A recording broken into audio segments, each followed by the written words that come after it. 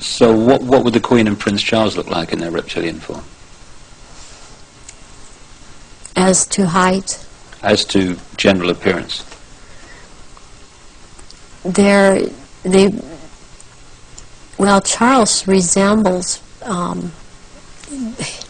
Charles resembles in both ways, in human form and in reptilian. He resembles Pindar. He's shorter, though, in reptilian form than Pindar. But the way that the reptilian, the nose shapes into the snout at that point, and the jaw becomes the underpart. It's very much like Pindar, and his mother doesn't look quite the same as he does. But what does the Queen look like? The Queen, she's darker, not quite so pale. She's darker. All over, she doesn't have the amount of I would call it freckling. It's more like a gradual, like the skin is gradually getting darker. It's more smooth. And she does have the lumps up around her head and down the tail, the spine. Charles has the tails down around the spine, and funny enough, he has the protrusions from the skull in the reptilian form, where about or above, right above where it seems like his ears would have been. What is it about the rituals that allow the shape-shifting to happen? When the victims are starting to be sacrificed, it's the scent of the blood, and they start shape-shifting at that point in time, and they can hardly wait to get to the blood. It's like they're addicted to the blood, and then the consumption of human flesh that follows. What have you seen the Queen or any of the royal family do in relation to that? Have you seen them sacrifice and consume human flesh? There are certain times when they will actually do a sacrifice, or there will have been someone doing a sacrifice, and it's not happening fast enough for them.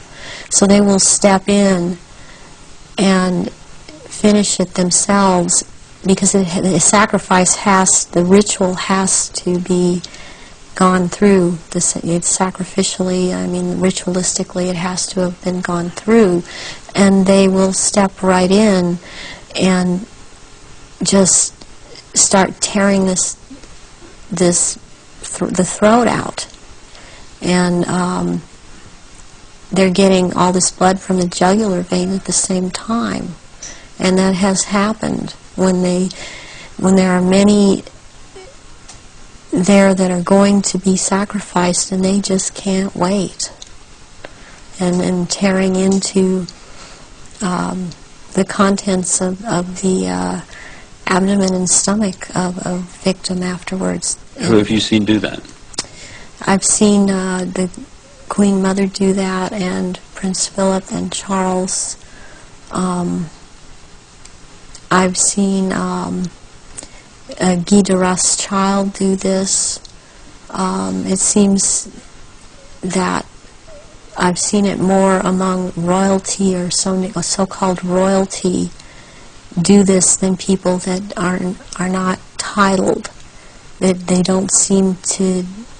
They seem like it feels like they don't dare, but they shape-shift nonetheless. But it's like the royals that step in and just start tearing away as they can hardly wait. How long can they hold the reptilian form in these occasions? During the rituals, it's much easier for them to hold their reptilian form. They can stay in that form. What it is that they have a hard time holding their human form. And as long as they're around blood and the scent of blood, they can't hold human form. Right. Where do you think the story of Diana fits into all this? In terms of the ritual that you know about and the royal family background that you know about. What was all that about? What happened in Paris? Diana was a ritual sacrifice because she's named after goddess Diana. She was chosen from before birth for the purpose of which she served. I understand and very well and am very empathetic towards Diana because in a way it parallels what happened to me, to have served your purpose, had 2 children and then be tossed aside.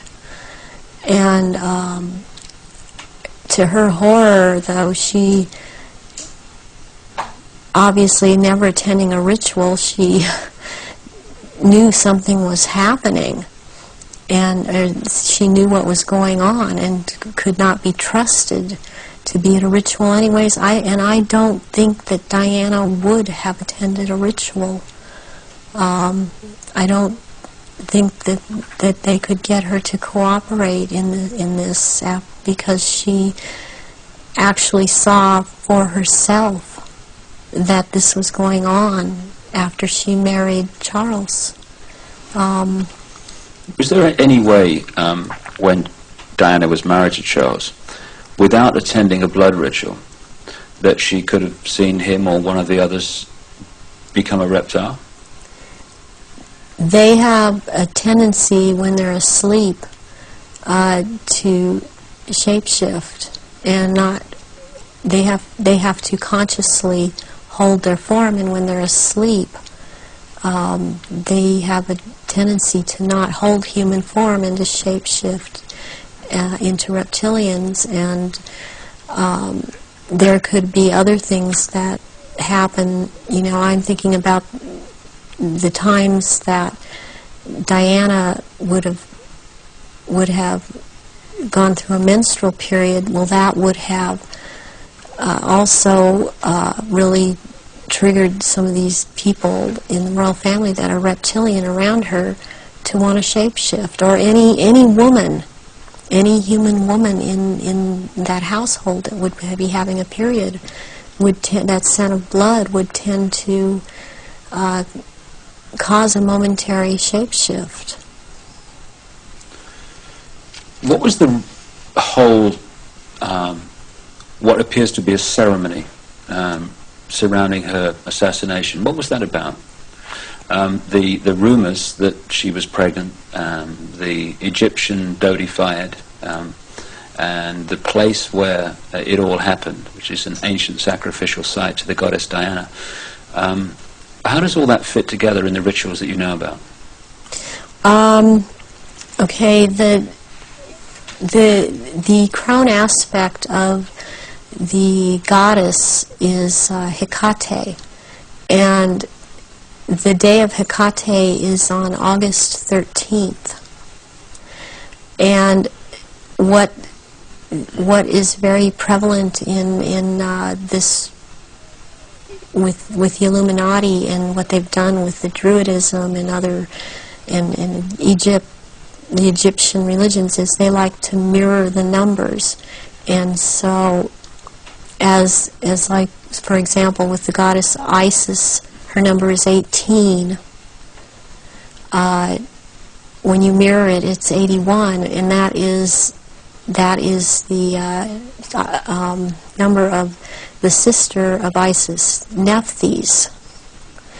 And Nephthys was considered the evil sister to Isis.